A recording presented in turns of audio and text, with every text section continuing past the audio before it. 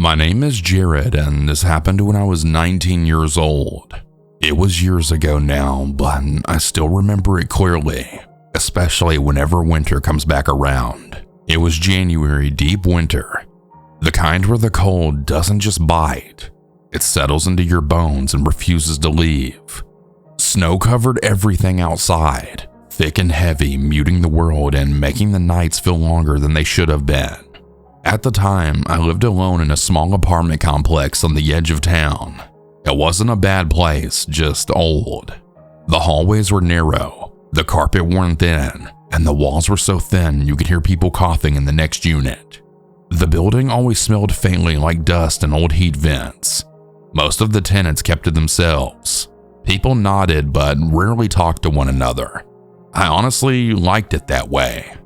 I was 19, fresh out of high school, working odd shifts and trying to save money. My life was pretty quiet. I went to work, came home, ate cheap food, and spent most nights playing games or watching videos while the wind howled outside. Winter made everything feel smaller, like my whole world was just that apartment in the parking lot buried under the snow. I didn't really notice my neighbor at first. She lived directly across the hall from me. The only reason I even realized someone lived there was because her door would sometimes open right as I was locking mine. She was a woman, probably late 20s or early 30s, with dark hair. She always wore her hair pulled back. She dressed heavily, even indoors. Long coats, scarves, and gloves.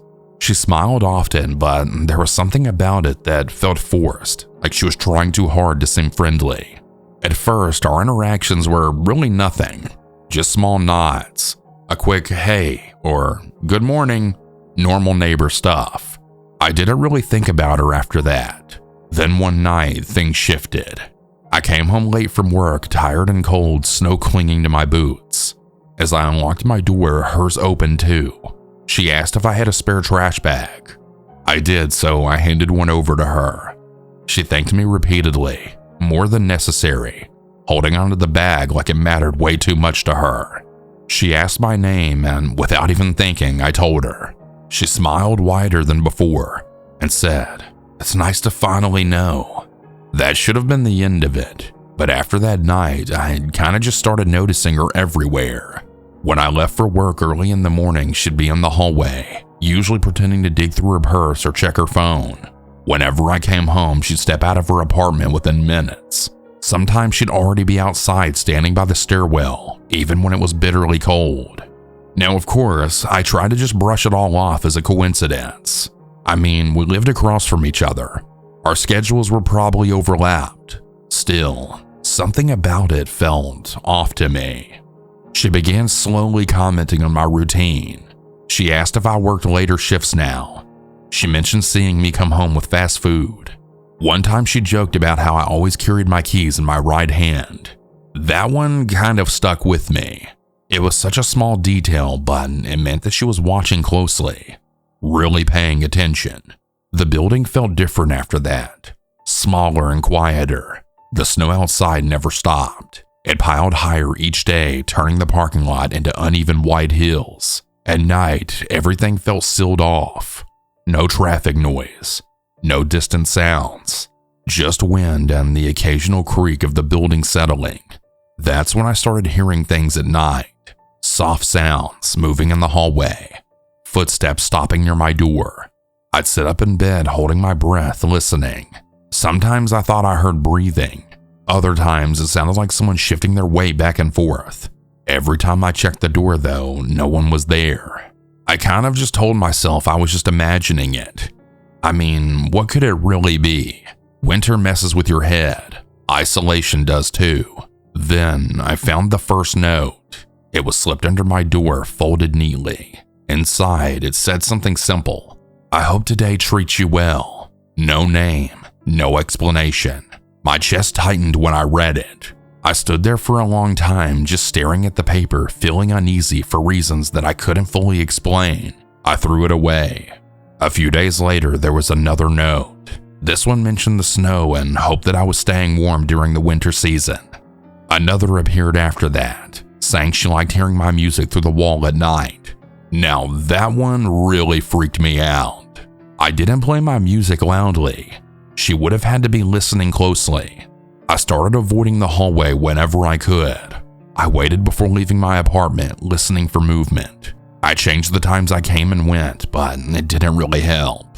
She still appeared, still smiled, still acted like nothing was wrong. One evening as I unlocked my door, I had heard her voice behind me. "Hey, Jared." I froze. I slowly turned around. She was standing far too close. I hadn't heard her door open. She said that she felt like we were really getting to know each other without even trying. She said that it was rare to feel that kind of connection. Her eyes stayed locked on mine the entire time, unblinking. I mumbled something and just went inside, locking the door behind me as quickly as I could. After that, I barely even slept. I left the lights on at night. I checked the lock over and over. I avoided the people because I was afraid I'd see someone standing there staring back at me. The sounds in the hallway seemed louder now, more deliberate. One night there was knocking, soft, slow, careful. I sat on my bed, heart racing, not moving. The knocking continued for what felt like forever. Eventually, it stopped. I didn't open the door until morning. That day, there was another note. This one said she was worried about me, said she felt hurt that I was avoiding her, said she hoped I was making the right choices. That was the moment I realized that this wasn't just uncomfortable, it was dangerous. She had become obsessed with me. I reported everything to the building manager. He seemed skeptical at first, but when I showed him all the notes, his expression changed. A few days later, I had noticed her apartment looked empty. No lights, no movement. Eventually, I'd learned she'd been asked to leave after other tenants had shared similar experiences. The silence afterward just felt strange, too quiet. Even after she was gone, I still couldn't relax. I kept expecting her to be there, watching, waiting. I moved out as soon as winter ended. Years later, I still think about that January, about how fear crept in slowly, quietly, just like the snow. And how sometimes the most terrifying things don't announce themselves at all. They just stand on the other side of the door, waiting for you to notice.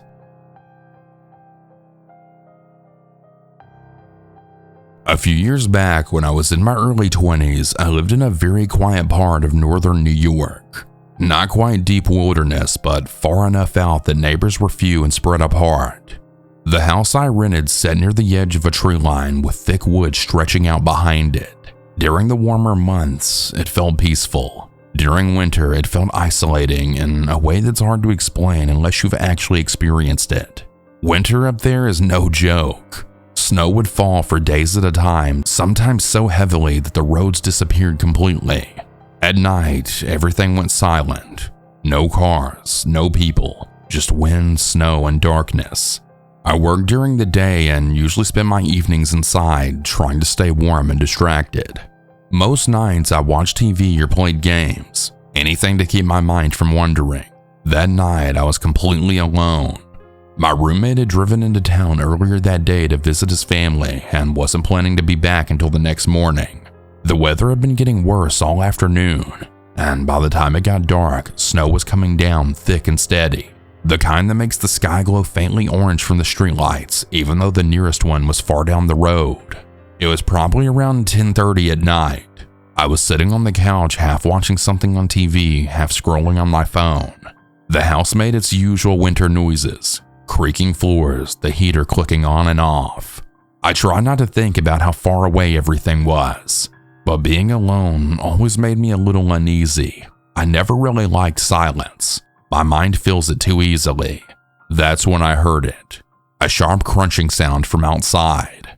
At first, I thought maybe it was a tree branch snapping under the weight of snow, but then it happened again, slower this time, more deliberate. It sounded exactly like boots stepping on frozen ground. I muted the TV immediately.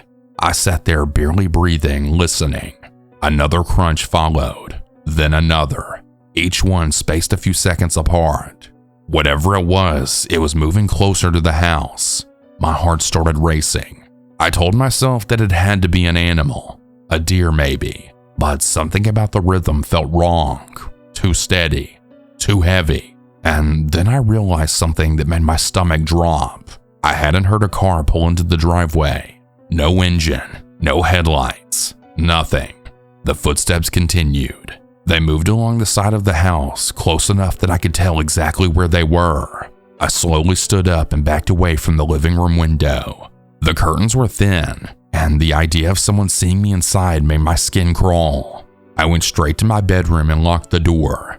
I forgot to mention this at the beginning of the story, but I'm a 22-year-old female, by the way. I don't own many weapons, but I did have a shotgun that I kept locked up. My hands were shaking as I took it out. I grabbed my phone too and sat at the edge of my bed, staring at the door, listening. I kept telling myself that I'm just overreacting, but none of this felt normal. The crunching stopped. The silence afterward was worse. I sat there for what felt like hours, waiting for another sound. My ears rang from how hard my heart was pounding. Every creak of the house made me flinch. At one point, I thought I heard something brushing against the side of the building, like a hand or sleeve dragging along the wall. I didn't move. Eventually, exhaustion caught up with me. I must have fallen asleep sometime before morning, still fully dressed, shotgun beside the bed, phone clutched in my hand. When I woke up, the house was quiet. Sunlight filtered weakly through the curtains. I checked my phone. No missed calls, no messages. My roommate texted shortly after saying he was on his way back and asking if the snow was bad. I didn't reply right away. I waited until he got home before I told him what happened. He listened, but he seemed unsure of what to make of it. He suggested that maybe someone got lost or maybe I imagined part of it. I didn't argue. I just asked him to come outside with me. The snow had stopped early that morning. When we stepped outside, the cold hit us immediately. The yard was covered in untouched snow, smooth and white, except for one area near the woods. There were footprints that came straight out of the tree line. The prints were deep and uneven, like someone had been walking slowly, not rushing. They led toward the house, then curved around the side. Some were partially filled in with snow, but others were clear enough to make out the tread. My chest tightened as we followed them. They circled the house once, then again. Near the back of the house, the prints grew closer together, as if the person had stopped for a while, and then they ended right beneath my bedroom window. The snow there was packed down hard. Unlike the other prints, these weren't filled in at all. It looked like someone had stood there for a long time. I felt sick. That window was only a few feet away from my bed. If the blinds hadn't been closed, they would have been able to see straight inside. The thought that someone might have been standing there while I sat frozen in fear, or even while I slept, made my hands go completely numb. There were no prints leading away. It was like the person had simply vanished. We called the police, but nothing ever came of it. No reports, no evidence, no explanation. They suggested that it might have been someone passing through or maybe even a prank. But who would wander through deep snow in the middle of the night, miles from town, just to stand outside someone's bedroom? I stopped sleeping well after that. Every sound outside made me jump. I kept the curtains closed all the time. I moved a chair in front of my bedroom door at night. Winter dragged on, and with it, the constant feeling that I wasn't really alone. A few months later, I moved out. To this day, I still think about that night, about those footprints, about how close someone was without ever being seen. And the part that scares me the most is knowing that if I hadn't heard those crunching footsteps, I never would have known they were there at all.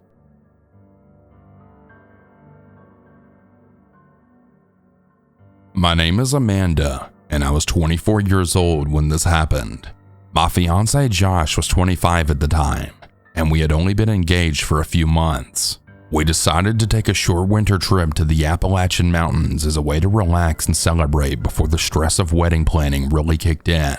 We both loved cold weather and quiet places, so a remote cabin in the mountains sounded really perfect. At least it did at first. The cabin was several hours away from where we lived. The further we drove into the mountains, the worse the weather became. Snow started falling lightly, then heavier, until the road was lined with thick white banks. Cell service faded in and out, and the trees grew taller and closer together. Josh joked that it felt like we were driving off the map, but I remember feeling a small knot of uneasiness in my stomach. When we finally reached the cabin, it was already getting dark. The place looked exactly like the pictures online. A small wooden cabin with a stone chimney surrounded by trees and nothing else.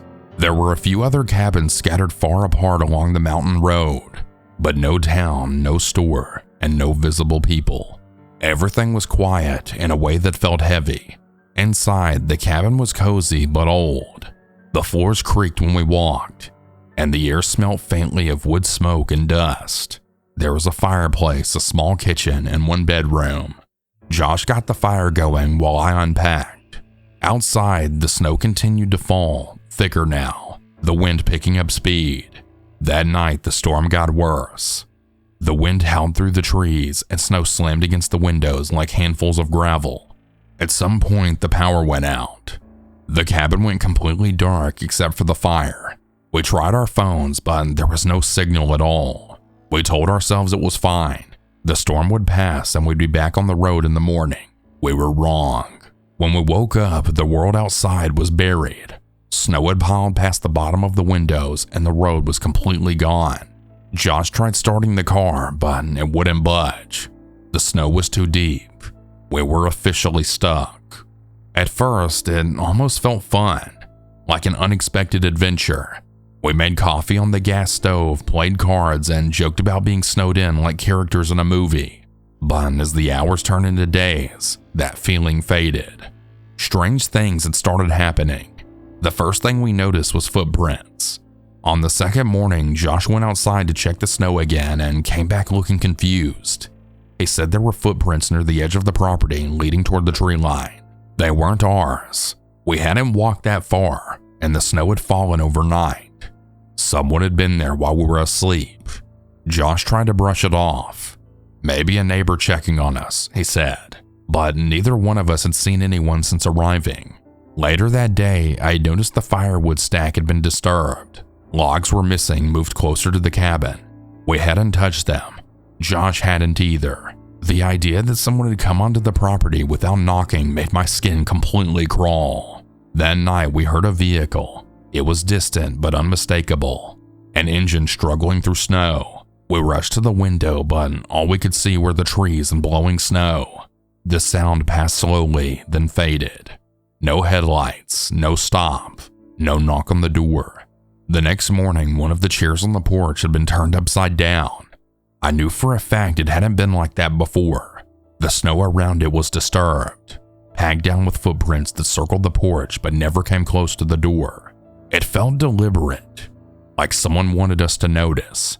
Josh tried calling for help again, climbing a small hill near the cabin where the signal might be stronger. He came back pale, shaking his head. Nothing. No bars, no way out. That was when the fear really set in.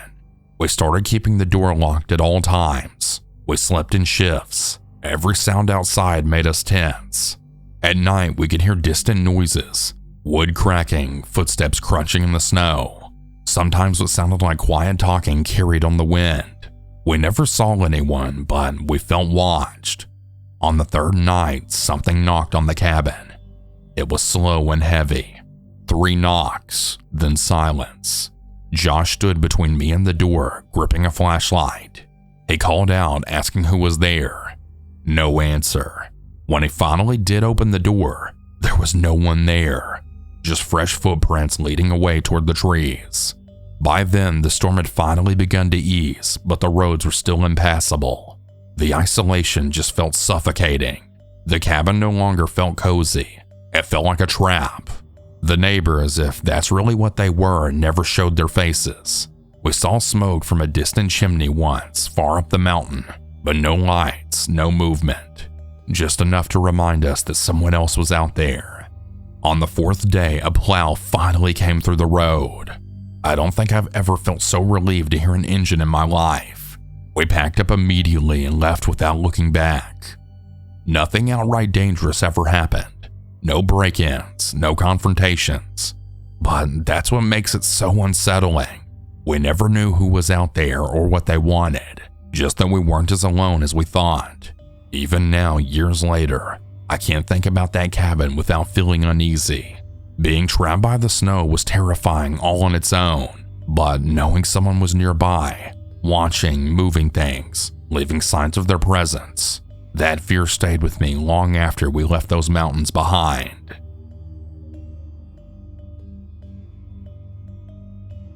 My name is Brendan, and I was 21 years old when this happened. At the time, I worked the night shift at a small gas station just off a rural highway.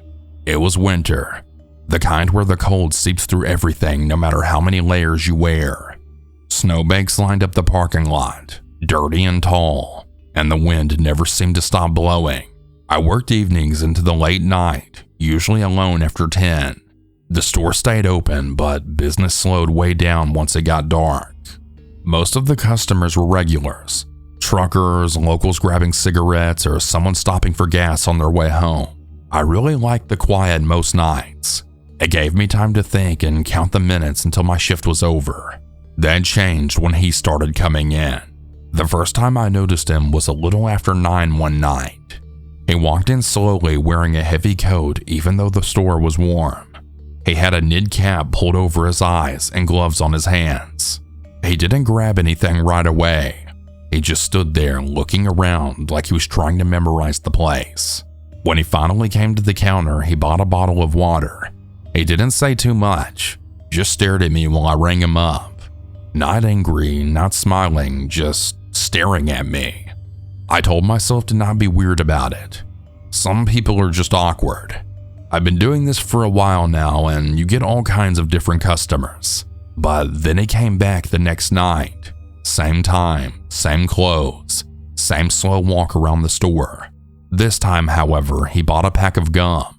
He asked what time I got off work. I kind of hesitated before answering and just gave a vague response, something like, "Pretty late." He nodded like that was enough. The third night he came in again. By then, the pattern was obvious. Always late, always alone, always watching. He started calling me by my name, reading it off my name tag. Something about hearing it from him made my skin crawl. He asked if I liked working nights, asked if I ever got bored being alone. I laughed it off, but inside I felt uneasy. To most, it probably just seems like regular small talk, but there was something about it that just really gave me the creeps. The snow outside kept getting worse as the weeks went on. Some nights the roads were nearly empty, just darkness and blowing snow. On those nights he still came. I'd see his headlights pulling through the front windows and my stomach would sink every time. He never did anything outright threatening. That was the worst part. It was always just enough to feel wrong. He'd stand too close to the counter. He'd lean forward when he talked. Sometimes he wouldn't buy anything at all, just linger and look around until another customer came in. Then he'd leave. Once I noticed him watching me clean behind the counter. His eyes followed me every movement, like he was studying me. Another time he had commented on my car, describing it perfectly even though I'd never even mentioned it. That's when I realized he must have been watching me outside as well. I started parking closer to the building at this point and keeping my keys between my fingers when I walked in and out. I made sure the back door stayed locked. I told my manager about him, but without anything specific, there really wasn't much they could do. They told me to just call if he caused trouble. One night during a heavy snowstorm, he came in later than usual. The wind was howling and snow was blowing sideways across the parking lot. I was counting down the last hour of my shift when the door chimed. He stepped inside, snow clinging to his coat and boots.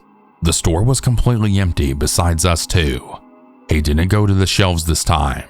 He walked straight to the counter and stood there, silent. I asked if I could help him, and he just smiled at me. That was actually the first time I'd seen him smile, and it made things worse, not better. He told me I seemed tired, said I worked too hard at this job. Then he said something that made my heart completely race. "You usually leave right on time, even during the storms." That meant he was watching me leave. I kept my voice steady and finished ringing up his drink. When he left, I locked the door and pretended to clean until my shift ended, even though my hands were shaking. Finally, closing time came. I shut down the register, turned off the lights, and I grabbed my coat. I looked out the window before going outside. The parking lot looked empty. Snow covered everything, fresh and untouched. I stepped out into the cold and quickly walked to my car. That's when I saw it. There was a piece of paper tucked under my windshield wiper underneath all the snow. My heart dropped. I stood there for a moment, debating whether to grab it or just get in the car and leave. Eventually, I pulled it free with shaking hands. It was a note written in messy handwriting. It didn't say much, just that he really enjoyed our talks and hoped I stayed safe driving home in the snow. He signed it with no name. I didn't look around. I didn't hesitate. I got in my car and locked the doors and started the engine. My breath came out in short bursts as I pulled out of the lot. The roads were slick, visibly low, but fear pushed me forward. I honestly drove faster than I should have, gripping the wheel tight, checking my mirrors constantly. Every set of headlights behind me made my chest tighten. Every turn felt dangerous. But I didn't slow down until I reached my street. When I finally pulled into my driveway and shut the car off, I sat there for a long time, just breathing. I made it home safe. Nothing followed me. I quit that job not long after. I told my manager I just couldn't do nights anymore. But really, I couldn't shake the feeling that someone was watching. I never saw that creepy customer again. I don't know if he stopped coming in or if he just moved on.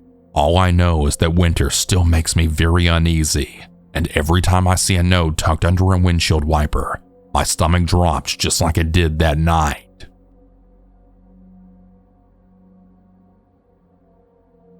My name is Emily, and I was 22 years old when this happened. At the time, I worked at a Walmart in a small town where winter seemed to last forever. February was always the worst month. Gray skies, freezing temperatures, and snow that never fully melted before the next storm rolled in. I worked mostly evening shifts, usually at the front of the store, rotating between self-checkout and customer service. On snow days, the store felt strange.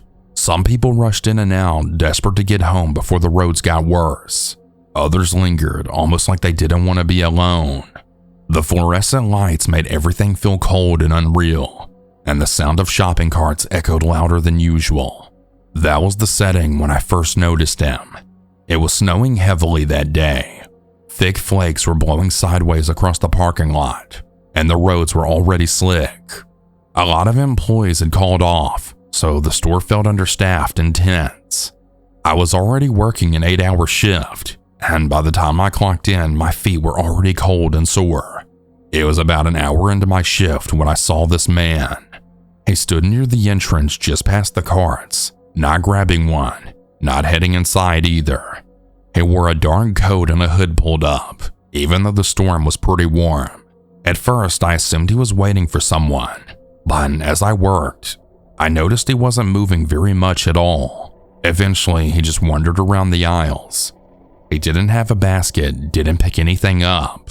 He just walked slowly, stopping at the end of the aisles and watching people pass. When he came near the front, his eyes lingered on me. I felt it before I really noticed it, that uncomfortable feeling of being stared at. I tried to ignore him. Walmart gets all kinds of strange people, especially during the bad weather. Still, something about the way he moved felt off to me. It was too slow, too intentional. Every time I changed positions, helping at self-checkout, wiping down registers, he seemed to reappear nearby. A couple of hours passed and he was still there in the store. I watched him stand near the electronics section for a long time, pretending to look at phone cases without touching any of them. Then he drifted back toward the front of the store. When he passed by my register, he smiled at me. It wasn't friendly. It was knowing, like he was amused that I noticed him notice me. During my break, I sat in the break room and just tried to calm myself down. I told myself I'm just overthinking all this. Maybe he had nowhere else to go because of the snow. Maybe he was just bored. Still, when I went back out onto the floor, my shoulders stayed tense. He was still there. By then, it had been nearly 5 hours. I watched him move from department to department, never buying a thing, never leaving the store. At one point, I caught him standing near the seasonal section, staring straight at the employee-only doors like he was waiting for someone to come through. My stomach twisted. Eventually, he approached my register. He set a single candy bar on the conveyor belt. His hands lingered on the edge of it longer than necessary. He asked how long I'd been working that day. I answered vaguely. He nodded and he said something about how long shifts feel even longer when the weather's bad. He didn't leave after that. He just went back to wondering. The snow outside got even worse as the evening went on. The parking lot lights glowed against the falling snow, and the store grew quieter as fewer customers came in. I kept checking the time, counting down the minutes until my shift ended. The idea of walking out to my car in the dark made my chest tighten. Near closing time, I realized something that made my blood run cold. He was still there. Yeah, this guy had been in the store during my entire shift. I mentioned it quietly to a coworker of mine, asking if she had noticed him too. She said she had, and she also thought he was really strange. She said she felt weird about him, but didn't really know what to do. He wasn't breaking any rules. He wasn't bothering anyone directly. Still, the feeling of being watched like that never stopped. When my shift finally ended, I went to the back to grab my coat. I stalled longer than necessary, hoping he'd leave first. When I peeked out onto the floor again, I saw him standing near the front, close enough to see the exit doors, close enough to see me. He smiled again. I walked out with another employee pretending to chat like everything was normal. The cold hit me immediately. Snow crunched under our boots as we crossed the parking lot. I scanned the area constantly, heart pounding. I didn't see him outside. I got into my car quickly and locked the doors. My hands were shaking as I started the engine. Snow covered my windshield. That's when I noticed something. I noticed that something was written in my windshield through the snow. It was some kind of strange face. I just knew it was the guy. It looked like he had drawn it with his fingers. I pulled out of that parking lot immediately. But before I did so, I actually looked up and I saw him standing in the parking lot staring at me.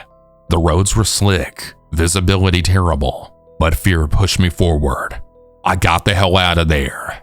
I drove carefully but fast, checking my mirrors the whole way. Every car behind me felt like a threat. I made it home safely. I sat in my car for a long time before going inside, replaying that day over and over in my head. Nothing technically bad had happened, but the fear was real. The next week, I switched my availability and stopped working late shifts. I never saw him again. Eventually, I left that job altogether. Even now, snow days in February make me uneasy, and whenever someone lingers way too long in a store without a reason, I feel that same chill crawl up my spine.